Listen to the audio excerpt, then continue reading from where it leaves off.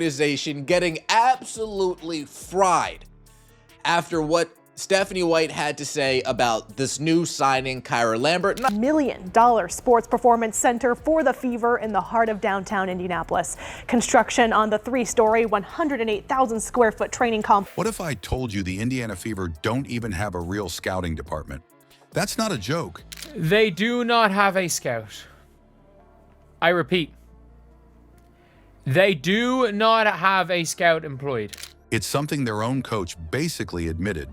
And yet, this is the same franchise trying to build around Caitlin Clark, one of the biggest stars in women's basketball history. How does that make sense? Today, we're asking the real question. Is the front office sabotaging Clark's future? What we've uncovered about the way this team is being run is seriously concerning, and it goes far beyond what fans see on the court. Before we move on, I'd like to ask you a small favor. If you appreciate this content, please take a second to like this video and subscribe to the channel. Over 98% of you watch the videos without subscribing. It costs you nothing, but it makes a huge difference to us. So did you click the subscribe button? Great, thank you so much. Now back to the video. What if a team spent $78 million on a training facility, but didn't even bother to build an actual scouting department? That's not a joke. That's what we're looking at with the Indiana Fever. It makes no sense at all. On one side, you've got shiny buildings, upgraded seats, perfect locker rooms, and slick advertising campaigns. This morning, Pacers Sports and Entertainment building brand new multi-million-dollar sports performance center for the Indiana Fever. On the other side, when it comes to identifying talent, they're basically winging it. And that's where things get beyond frustrating, because this isn't a mid-level college program. This is supposed to be a professional franchise. Herb Simon, the longtime owner, clearly understands how much appearances matter. You can walk into their new training center and it feels like you're stepping into the future. Everything looks state-of-the-art. The Indiana Fever are in the process of building a $78 million practice facility. The Indiana Fever. Fans can buy upgraded ticket packages and enjoy those premium sections that show off how much the team is investing for them. Marketing-wise, Clark's arrival was rolled out like a blockbuster movie. You couldn't miss her face on billboards, TV spots, or online ads. From the surface, it screams professionalism. But when you start asking how decisions are being made on the floor, it looks closer to freelancing than an organized strategy. Here's where it gets wild. Reports have pointed out the Fever don't even have what most franchises would call a real scouting system. After all of the now you know, you'd think that we'd have a scouting department, right? When pressed about how players get chosen, the coach has admitted that evaluation is basically informal.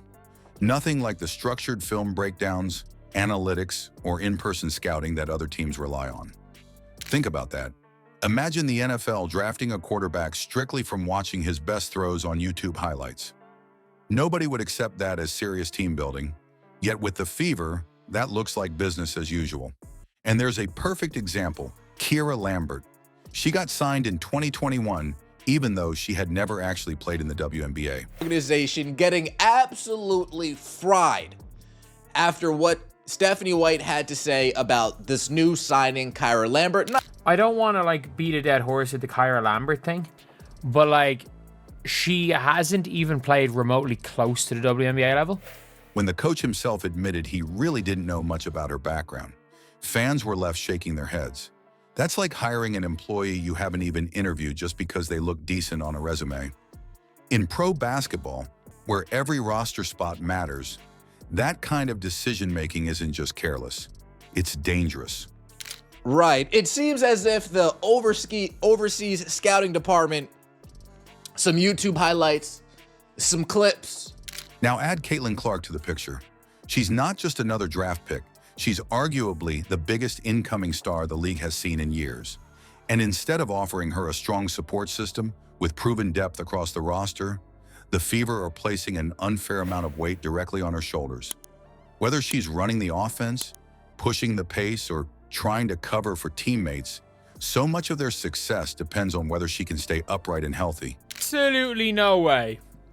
Absolutely no way that the Fever can keep going on as they are and Caitlin Clark should stay. And we've already seen quad soreness and strains creep in, which is a brutal reminder that no matter how tough she is, her body can only take so much. The real issue becomes clear the moment she even looks limited. Without her at full speed, the whole operation starts crumbling. The roster doesn't have ready-made fill-ins waiting in the wings. Instead, we see desperation moves like 7-day contracts. Odyssey Sims being one of the most obvious ones. That's not building depth, that's patching a sinking ship with tape. Think about being in that locker room. Your star goes down, and instead of a clear plan, management rushes to find whoever's available at the moment. That's not professional preparation, that's improvisation. Imagine being a fan in the stands watching Clark grimace after a drive, and knowing deep down that if she can't go, the team has no safety net. It's a terrifying realization. You invested in tickets, you bought the jersey, you believed in the vision, and all of that is tied to one player's ability to survive night after night against pro competition. Taking Caitlin Clark serious, taking the window that they have with Caitlin Clark as serious as they possibly can. Any smart franchise would have layered depth, veteran backups, and confident role players integrated from day one. The Fever rely on none of that. They're living night to night with Clark's health acting as the safety line holding everything together. So while ownership celebrates new facilities, premium lounges, and public spotlight campaigns, inside the locker room, it feels like they skipped the most important part of building a winning franchise, the foundation. $1 million sports performance center for the Fever in the heart of downtown Indianapolis. Construction on the 3-story, 108,000 square foot training complex. Shiny walls don't score points, marketing hype doesn't defend the rim, and flashy rollouts won't save you when your star is limping. And if Caitlin Clark is already this essential, the biggest question becomes obvious. What happens if management keeps ignoring the system around her and her body starts breaking down? Caitlin Clark isn't just leading a team, she's hiding how broken the system is behind her. Every win makes it look like things are fine, but in reality, she's masking the owner's biggest failures. Hey, is she good? Trust me, bro. Trust me, she's good. Oh, that's all I needed to see here. That's not fair to her, and it's not a recipe for long-term success. If the Fever actually want her prime years to matter, they need to invest in people who know basketball, scouts, trainers, staff who build depth. She was a start. She's probably been as a net even. But at the end, like, it's just, we're looking at a team who does not have scouts. Fans see promos, logos, and facilities, but none of that protects Clark. Without real changes, this team risks wasting a generational talent right in front of us.